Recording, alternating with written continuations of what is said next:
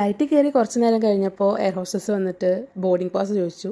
ഞാനാണെങ്കിൽ എല്ലാം പാക്ക് ചെയ്ത് മുകളിൽ കയറ്റി വെച്ചിട്ടുണ്ടായിരുന്നു. അങ്ങനെ ആളെന്നെ സഹായിച്ച് ബാഗ് എടുത്ത് ബോർഡിംഗ് പാസ് ഒക്കെ കാണിച്ചപ്പോൾ മെനു കാർഡ് തന്നിട്ട് ഇഷ്ടമുള്ള ഏതാണെങ്കിൽ ചൂസ് ചെയ്തോന്ന് പറഞ്ഞു. ചിക്കൻ ബിരിയാണി, ഉപ്മാവും നൂഡിൽസും അടക്കം എന്താ പറയുക കുറേ സ്നാക്സും ജ്യൂസസും ഹോട്ടായിട്ടുള്ള സാധനങ്ങളും ഈവൻ ബിവറേജസ് വരെ ഉണ്ടായിരുന്നു. പക്ഷേ രാവിലെ 5:30 ഫ്ലൈറ്റ് കയറിയിട്ട് പുലർച്ചെ നമുക്ക് എന്ത് കഴിക്കാൻ തോന്നാനാണ്? കയറിയപ്പോൾ തൊട്ട് സൂര്യോദയം കാണാമെന്ന് വിചാരിച്ചിരിക്കുന്നത് ഞാൻ ശശിയായി. കാരണം കിഴക്ക് ഭാഗം അപ്പുറത്തെ സൈഡിലായിരുന്നു. അങ്ങനെ സൂം ചെയ്ത് ജസ്റ്റ് ഒന്ന് സൂര്യോദയം കണ്ട് അവസാനിപ്പിക്കേണ്ടി വന്നു.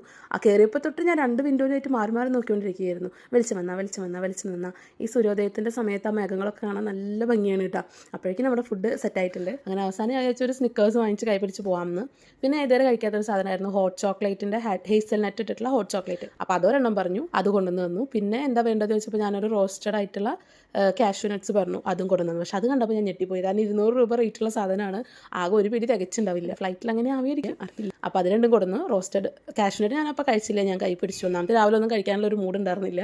പല്ലേക്കാതെ എങ്ങനെ ഫുഡ് കഴിക്കാനാണ്. പിന്നെ ഉറക്കം എന്ന് പറഞ്ഞാൽ എൻ്റെ അടുത്ത് കൂടെ പോയിട്ടുണ്ടായിരുന്നില്ല കേട്ടോ. കാഴ്ചകൾ കണ്ടുകൊണ്ടേ ഇരിക്കുകയായിരുന്നു. രാത്രി പുലർച്ചെ ആവുന്ന നേരത്ത് ഫുള്ള് മേഘങ്ങൾ മാത്രമേ ഉണ്ടായിരുന്നുള്ളൂ.